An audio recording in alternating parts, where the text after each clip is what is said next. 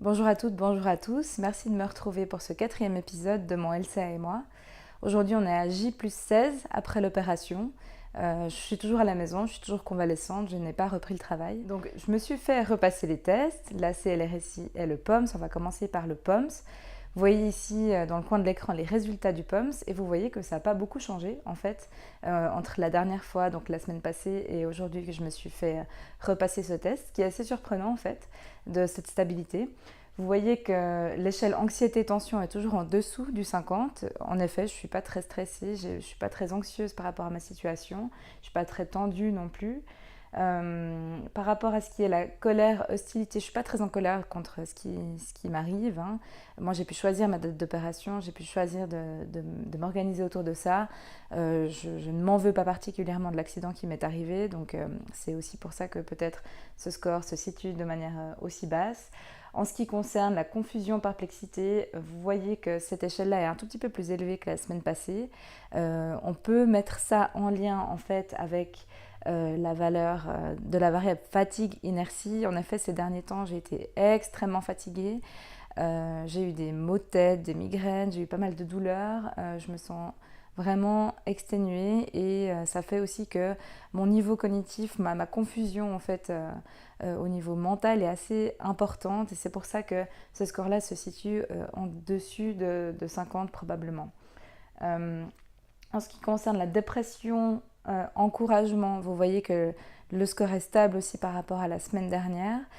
En effet, c'est toujours une phase qui est assez difficile, où on ne peut pas beaucoup bouger, où on est très dépendant, où on ne peut pas faire toujours ce qu'on veut. Et c'est vrai que c'est normal que ce score de dépression, encouragement soit un peu plus élevé que la moyenne. Encore une fois, hein, si c'est beaucoup plus élevé que la moyenne et que ça se maintient sur la durée, c'est là que c'est pas normal. Mais pour l'instant, là, en tout cas, mes scores à moi sont relativement dans la norme.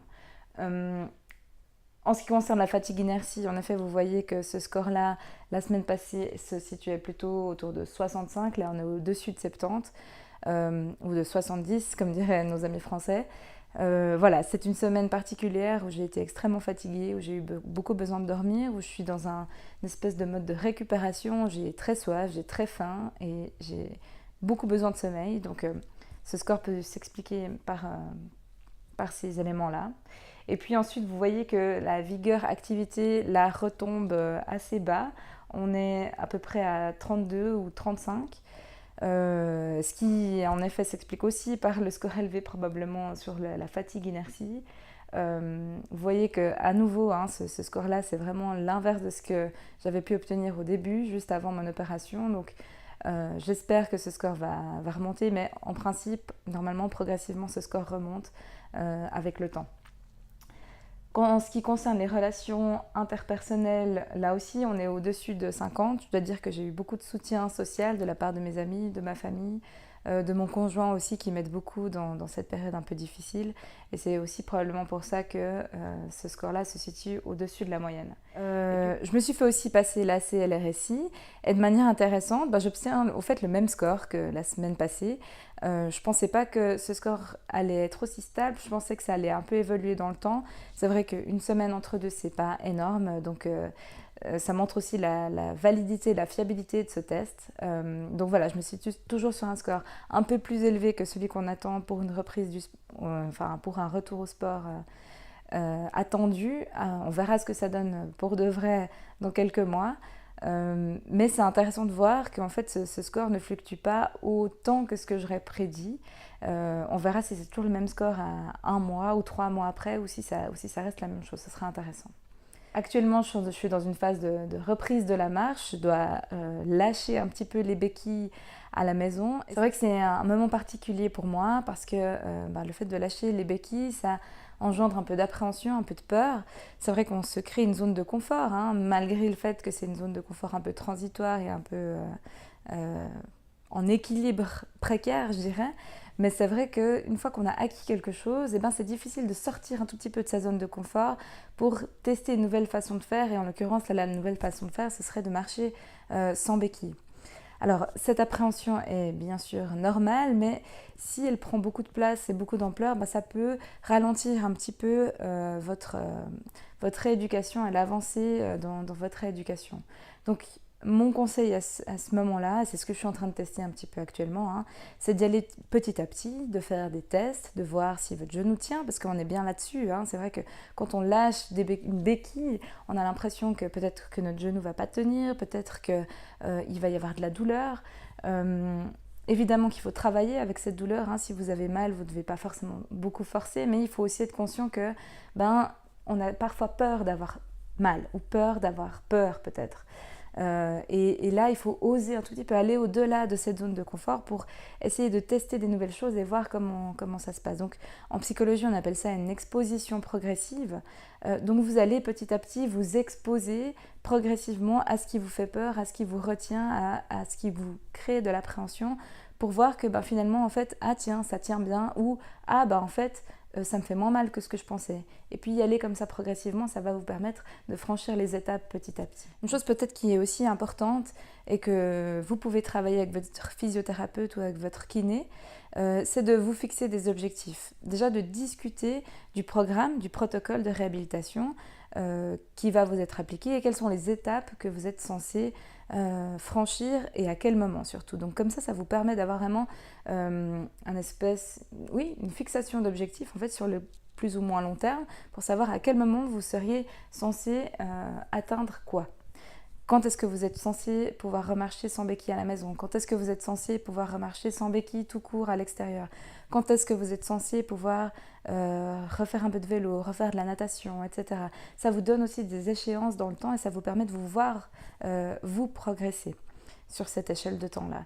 Donc vraiment poser des questions, travailler avec votre physiothérapeute, avec votre médecin pour savoir quels sont les délais, qu'est-ce qui est attendu et qu'est-ce que vous pouvez aussi attendre de votre corps parce qu'il y a ce qu'on attend subjectivement mais aussi ce qu'on doit atteindre objectivement. Et c'est de là peut-être, si vous ne savez pas en fait ce qu'on attend de vous, il y a une dissonance par rapport à ça. Donc l'idée c'est vraiment d'être renseigné au maximum pour savoir ce que vous pouvez faire avec votre genou. Une autre chose aussi qui peut être importante et que vous devez essayer peut-être de développer, c'est un discours interne positif. Qu'est-ce que c'est un discours interne? C'est toutes les discussions qu'on a avec soi-même quand on est face à une adversité ou à une situation. Par exemple, le fait de reprendre la marche à la maison. Il y a tout un tas de discours qu'on se fait avec soi-même, ah, mais j'y arriverai jamais, mais c'est trop difficile, mais c'est trop tôt, etc. Et ça nous empêche justement de franchir cette barrière de cette zone de confort pour aller vers une autre zone qui s'appelle la zone d'apprentissage.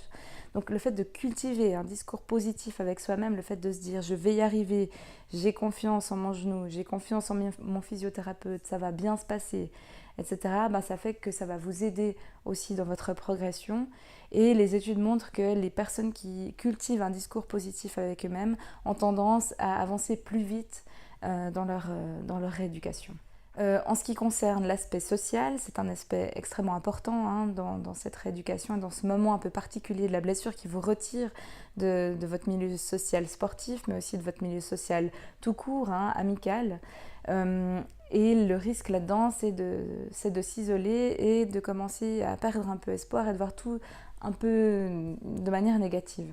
Donc, ce qui est important, c'est de maintenir des contacts avec votre club, avec vos amis, avec vos coéquipiers, si vous le souhaitez, bien entendu. Peut-être pas forcément aller tout de suite à J+16 aux entraînements et aux compétitions, ça va être un peu difficile pour vous de vous déplacer probablement, mais c'est de garder contact par téléphone, c'est de garder contact par message, de peut-être participer à certaines fêtes ou à certains événements de la vie sportive ou de la vie sociale qui vous entourent pour ne pas perdre le lien avec les gens que vous aimez et ne pas rester tout seul chez vous à la maison en train de déprimer. Ça, c'est un conseil pour vous, mais c'est aussi un conseil pour les coachs.